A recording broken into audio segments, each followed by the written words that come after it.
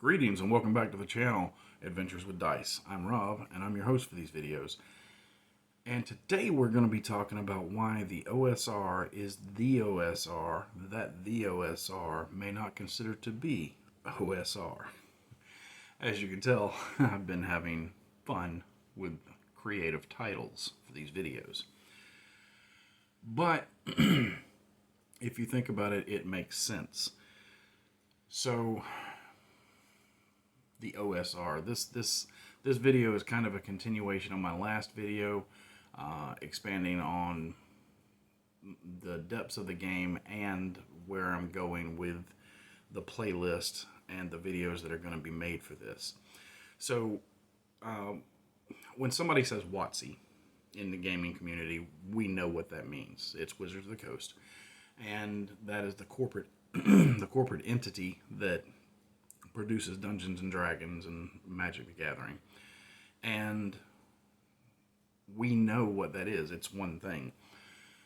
But when somebody says OSR, it can mean different things depending on who it is, what they're talking about, what they mean, or who they're talking to. So I'm going to kind of break that down a little bit here and what it means to me and this channel. So let's start with OSR, and I use this next term very loosely, the community, because it's not a unified community at all. But for sake of argument and to make it easier to describe, that's what we're going to use. And this community includes YouTubers, bloggers, and publishers who are producing old school material. Another form of OSR is OSR as a movement, which is what it initially started as. And that is gamers that want to play an old school game or in an old school style. And that breaks into two subcategories, which is retro clones and then games with the old school feel. WotC Hardcore produces their 5th edition and their soon-to-be 6th edition. But like I said, when you say WotC, people know what you mean.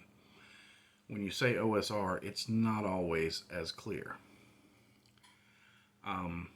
Earlier this year, and I'm not going to get into the whole debacle, but earlier this year, WotC stepped on a whole lot of toes and basically tried to steal and harm a lot of content creators, whether they are YouTubers, bloggers, publishers, 3D designers, all kinds of stuff.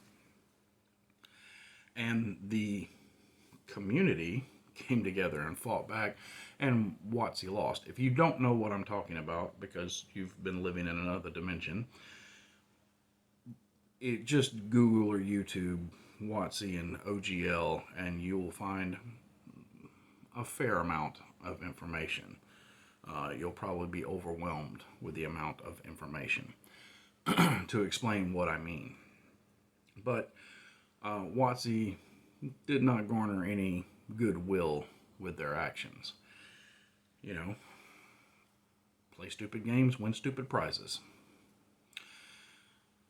But anyway, bringing this back to the OSR, there's another form of OSR, and that is Old Swords Reign, which is this particular game. So there's 3 different meanings right there as far as this channel is concerned. When it comes to the OSR as a community or a movement, right, you have 2 main lines of thought about what make a game truly OSR. One, it's a retro clone, which stays fairly close to the original rules. A lot of times these days with Ascending Armor class, because most people like that. But some of them offer, you know, the combat matrix or the THAC0, but they use the old school framework for some of them for class level restrictions or class race restrictions, the thief skills, so on and so forth. And they tend to be generally a lot more deadly. 5e is, and I've said this multiple times, it's Dungeons and Superheroes. It's your characters are uber powerful in 5e right out the gate. So you have retro clones that do that, like Basic Fantasy does that, White Box does that, OSE does that. There's tons of them that do that. Swords and Wizardry do that.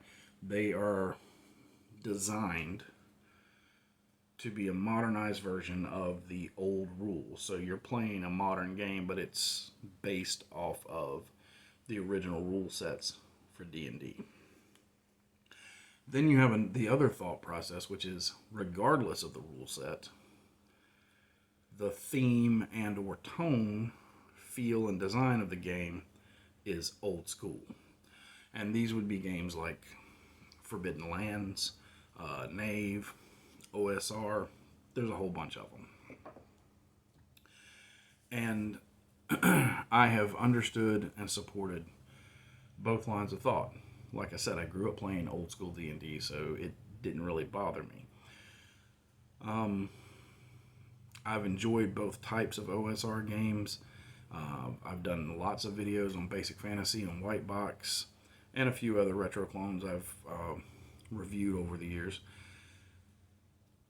But this OSR game, Old Swords Reign, is not that.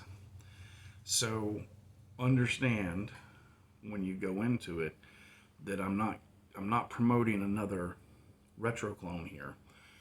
If you enjoy playing Basic Fantasy, if you enjoy playing original D&D, if you enjoy playing Swords and Wizardry, White Box, OSE, any of these games, you don't have, I'm not saying you have to change games. I'm not saying you should change games. If you and your players are enjoying that, if you and your players are enjoying 5th edition, continue to play what you enjoy.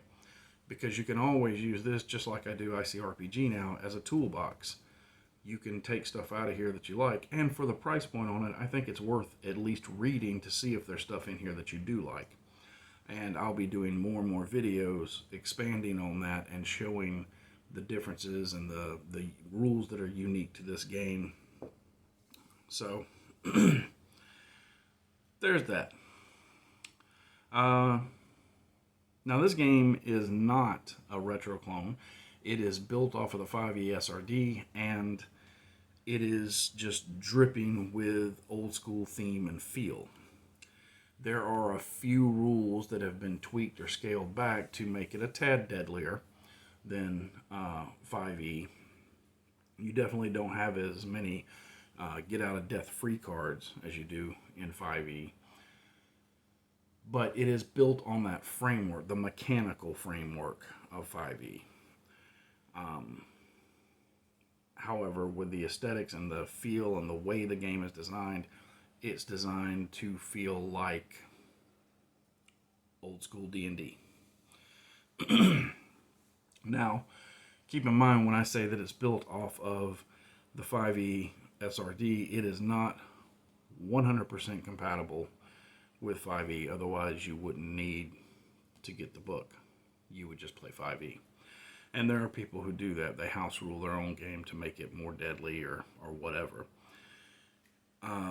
This game has been streamlined and scaled back on certain rules to give it that old school feel, which I really enjoy. And like I said before, I have a lot of newer players, people that haven't played or they've only played 5th edition until coming to my table. And after coming to my table, they're getting to experience what old school D&D was like.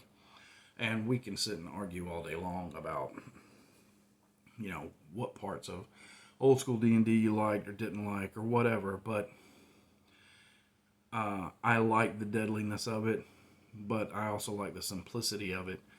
And like one person in the comments was talking about how they found old school to be very confusing. And I think a lot of that for newer players definitely stems from the fact that in old school D&D you had, like I said in the other video, a lot of little subsystems to do everything. In this game you have one main unified mechanic to do everything. So it makes it easier if you've played modern games to switch over to this and experience it.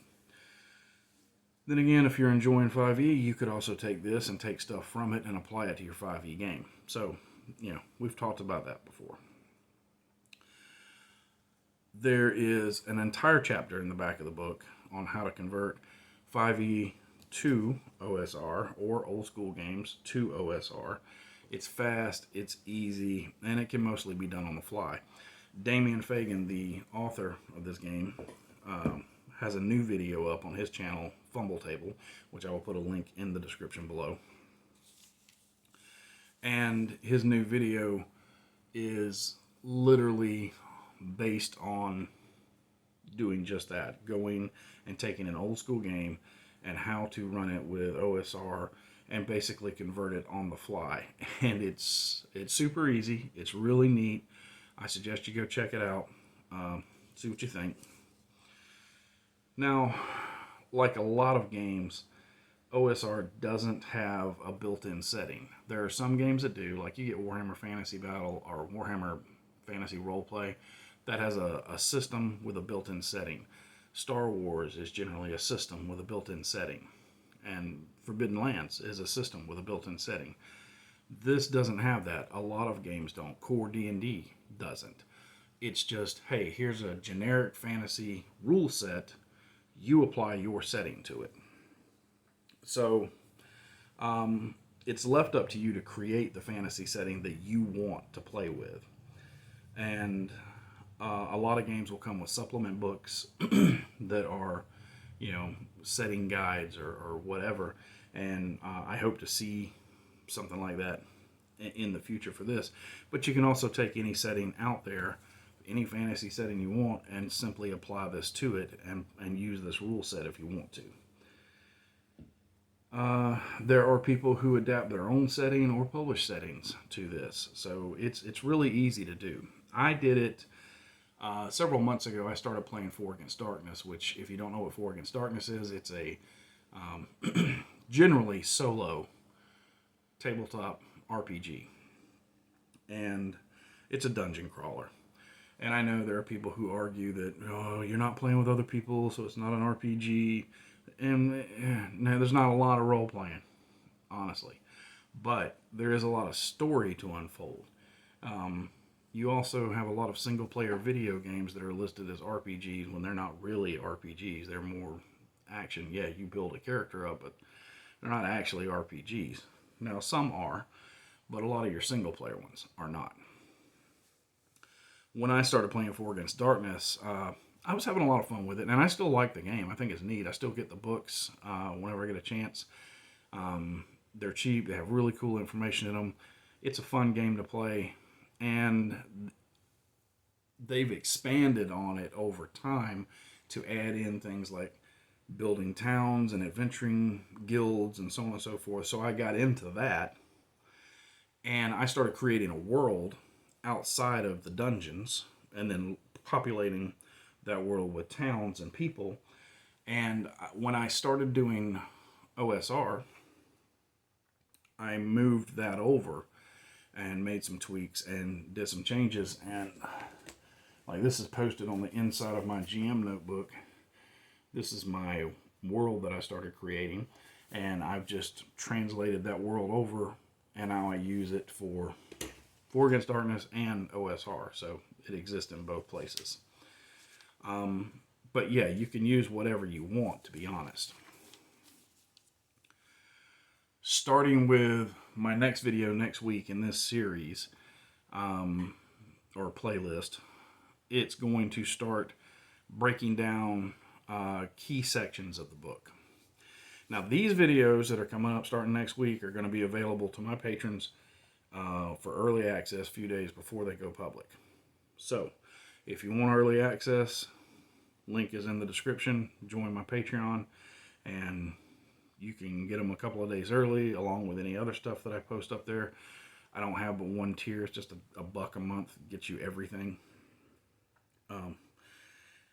You should do this too. You too can make tens of dollars a year. So, these videos will go to them first, but they're still going to come. I'm not keep putting a paywall up where you can't see my videos. They'll just get them a little early, and then they'll come public for everybody else. Now, in this order, I'm going to break the book down and talk about different sections. Now, I'm not going to give you everything that's in the book, because I think you should go by the book. You know, it's less than a lunch at McDonald's. But I am going to talk about these different sections to explore them, and it does two things. It puts information out there for people who are interested in it and want to know about it, and they don't know about it, and it gives more exposure to the game that I love. And if I have a game that I love, I'm going to give it as much exposure as I can. And right now, me and Damien are really the only people with videos about this game on YouTube, and that's fine. But I want to reach more people and show them this game, so I'm going to do breakdowns of this stuff. And the first thing I'm going to start with is general rules, how they differ from 5e or other OSR games, and how they apply to this. I'm going to do a video on character options, where I cover races, classes, backgrounds, feats, and hindrances. And in that video, I'm going to show you how once you combine race, class, background, feat, and hindrance, you can build, you have more options for character building than everything WotC has put out so far. And I will explain how. So then the next one I'm going to do is magic systems and spells. And I need to correct my first video. I think I said 160 spells. It's 120 spells in the book. So sometimes math is hard, you know. Then I'm going to do one on dungeon and wilderness adventuring and exploration. And if you come from 5th edition, this is not something that 5th edition has ever really focused on very much, but it is something that was a big deal in old school games. And while it doesn't take up a huge section of this book, this is probably, especially the wilderness exploration, and it's probably the best version of that I've ever seen. I absolutely love how your day, when you're traveling, a hex map is broken into watches and the actions that each character can take during the watch and how they take them and so on and so forth, and how your skills, well, your backgrounds will apply to that is just phenomenal. It's really, really good. So I love that part. But then we're going to move on to combat. Talk about the combat rules.